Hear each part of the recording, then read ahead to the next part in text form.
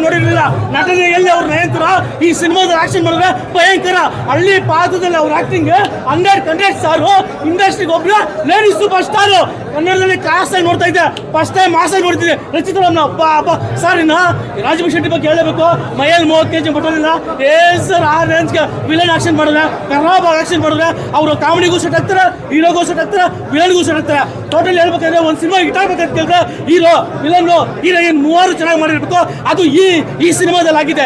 ಇನ್ನು ಈ ಸಿನಿಮಾದಲ್ಲಿ ನೀವು ಮದರ್ ಸೆಂಟಿಮೆಂಟ್ ಆಗಿರ್ಬೋದು, Tata sentiment, father sentiment, wife sentiment, life sentiment ಎಲ್ಲ ಆಗಿರ್ಬೋದು. ಕಾಟಾರ ಕಾಂತಾರ ತರ ಒಂದು ಮಣ್ಣಿಗಾಗಿ ಜನಪರವಾಗಿ ಹೋರಾಡಿದಂಥ ಸಿನಿಮಾ ಸಖತ್ತಾಗಿದೆ.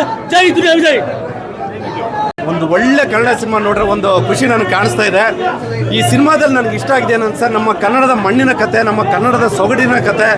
ದುನಿಯಾ ವಿಜಯ್ ಅವ್ರ ಆ್ಯಕ್ಟಿಂಗ್ ಎಷ್ಟು ಚೆನ್ನಾಗಿ ಆ್ಯಕ್ಟ್ ಮಾಡಿದ್ದಾರೆ ಅಂದರೆ ಅವ್ರು ಆ್ಯಕ್ಟ್ ಮಾಡ್ತೀರ ಅಂತ ಅನಿಸ್ಲೇ ಇಲ್ಲ ಸರ್. ಆಮೇಲೆ ರಾಜಭೂಷ್ ಶೆಟ್ಟಿ ಅವರು ವಿಲನಿಸಮ್ಮು ಅಂದರೆ ಅವ್ರ ಹಿಂದೆ ಒಂದು ಹಾಸ್ಯ ನಟ ಕುರ್ಸ್ಕೊಂಡಿದ್ದಾರೆ. ಎಷ್ಟು ಚೆನ್ನಾಗಿ ಅವ್ರ ಕಣ್ಣಲ್ಲಿ ಅಭಿನಯ ತೋರಿಸಿದ್ದಾರೆ. ಒಂದು ದೊಡ್ಡ ಕಳನಟ ಆಗೋ ಎಲ್ಲ ಲಕ್ಷಣಗಳಿದೆ ಸರ್. ಒಂಥರ ಮೈಯೆಲ್ಲ ಗಡಗಡ ಅನಿಸುತ್ತೆ, ಅಷ್ಟು ಚೆನ್ನಾಗಿ ಆ್ಯಕ್ಟ್ ಮಾಡಿದ್ದಾರೆ. ಆಮೇಲೆ ಆಗಿನ ಕಾಲದಂಥ ಒಂದು ರೆಟ್ರೋ ಫೀಲು, ಆ ರೆಟ್ರೋ ಕತೆ, ಆಮೇಲೆ ನಾವು ನೋಡಿರೋಂಥ ಕತೆ ಸರ್, ಆ ಶೋಷಣೆ, ಆ ಬಡತನ ಎಲ್ಲ ಒಂದು ಕಣ್ಣಿಗೆ ಕಡ್ದಂಗೆ ತೋರಿಸಿದ್ದಾರೆ. ಕನ್ನಡಕ್ಕೆ ಒಂದು ದೊಡ್ಡ ಸಿನಿಮಾ ಸರ್, ಅದ್ಭುತವಾದಂಥ ಸಿನಿಮಾ, ಫ್ಯಾಮಿಲಿ ಎಲ್ಲ ಬಂದು ನೋಡಲೇಬೇಕಾದಂಥ ಸಿನಿಮಾ ಸರ್.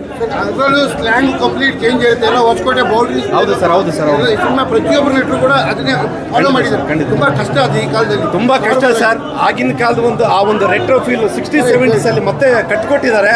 ಆ ಒಂದು ಕೋಲಾರ ಪ್ರಾಂತ್ಯದ ಭಾಷೆ ಆಗಿರ್ಬೋದು ಸರ್. ಮುಖ್ಯವಾಗಿ ದುನಿಯಾ ವಿಜಯ್ ಏನು ಆ್ಯಕ್ಟಿಂಗ್ ಅಲ್ಲ ಸರ್, ಅದು ಒಂಥರ ನೈಜವಾಗಿ ಆ್ಯಕ್ಟ್ ಮಾಡಿದ್ದಾರೆ. ನನಗಂತೂ 2 ಶಕ್ತಿ ಸರ್ ಈ ಸಿನಿಮಾಗೆ. ರಾಜಭೂಷ್ ಶೆಟ್ಟಿ ಒಂದೇ ಮೇಲೆ ಮೀನ್ಸ್ ಒಂದು ಭುಜ ಮೇಲೆ ಕರ್ಕೊಂಡು ಹೋಗ್ತಾರೆ. ಆಮೇಲೆ ನಮ್ಮ ದುನಿಯಾ ವಿಜಯ್ 2 ಶಕ್ತಿ ಈ ಸಿನಿಮಾದಲ್ಲಿ. ಎಲ್ಲ ಕನ್ನಡಿಗರಿಗೆ ಈ ಥರ ಒಂದು ಕನ್ನಡ ಸೊಗಡಿರ್ತಕ್ಕಂಥ ಸಿನಿಮಾನ ಬಂದು ನೋಡಲೇಬೇಕು ಸರ್. ತುಂಬ ಎಂಜಾಯ್ ಮಾಡಿದೆ ನಾನಂತೂ. ಆಮೇಲೆ ಇನ್ನೊಂದು ವಿಷಯ ಹೇಳಬೇಕು, ರಿತಾನಿಯಾ ವಿಜಯ್ ಅವರು, ದುನಿಯಾ ವಿಜಯ್ ಅವರ ಮಗಳು ಎಷ್ಟು ಅದ್ಭುತವಾಗಿ ಆ್ಯಕ್ಟ್ ಮಾಡಿದ್ದಾರೆ ಅಂದರೆ ಹೊಸಬ್ರು ಅಂತ ಅನಿಸ್ತಾ ಇಲ್ಲ ಸರ್. ಅವರೊಂದು ಇಂಪಾರ್ಟೆಂಟ್ ರೋಲು. ರಚಿತಾರಾಮ್ ಅವರು, ದಯವಿಟ್ಟು ಈ ರೀತಿ ಸಿನಿಮಾಗಳು ಹೊಸ ಒಂದು ಪ್ರಯೋಗ ದಯವಿಟ್ಟು ಬಂದು ನೋಡಲೇಬೇಕಾದಂಥ ಸಿನಿಮಾ ಪ್ರಧಾನ. ನನಗಂತೂ ತುಂಬ ಇಷ್ಟ ಆಯ್ತು sir. Thank you so much. ನಾ ಈ ಮುಖಾಂತರ ಒಂದು ಸಂದೇಶ ಕೊಡ್ತಾ ಇದ್ದೀನಿ. ನಾನು ಪುಟ್ಟ ಕಲಾವಿದ ಮೋಹನ್ ಕುಮಾರ್ ಅವರಿಂದ ನಿಮ್ಮ ಎಲ್ಲ ಮಾಧ್ಯಮ ಮಿತ್ರರಿಗೆ ಧನ್ಯವಾದಗಳು.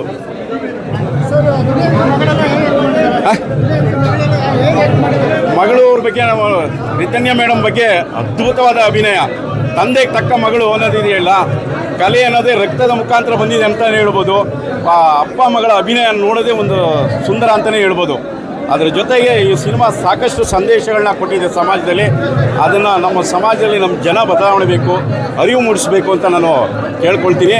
ಸಿನಿಮಾ ಥಿಯೇಟ್ರಿಗೆ ಬಂದು ನೋಡಿ, ಪೈರಸಿಯಲ್ಲಿ ನೋಡಬೇಡಿ, ಮೊಬೈಲ್ಗಳಲ್ಲಿ ನೋಡಬೇಡಿ. ಸಿನಿಮಾ ಕುಟುಂಬ ಸಮೇತ ಬಂದು ನೋಡಿ.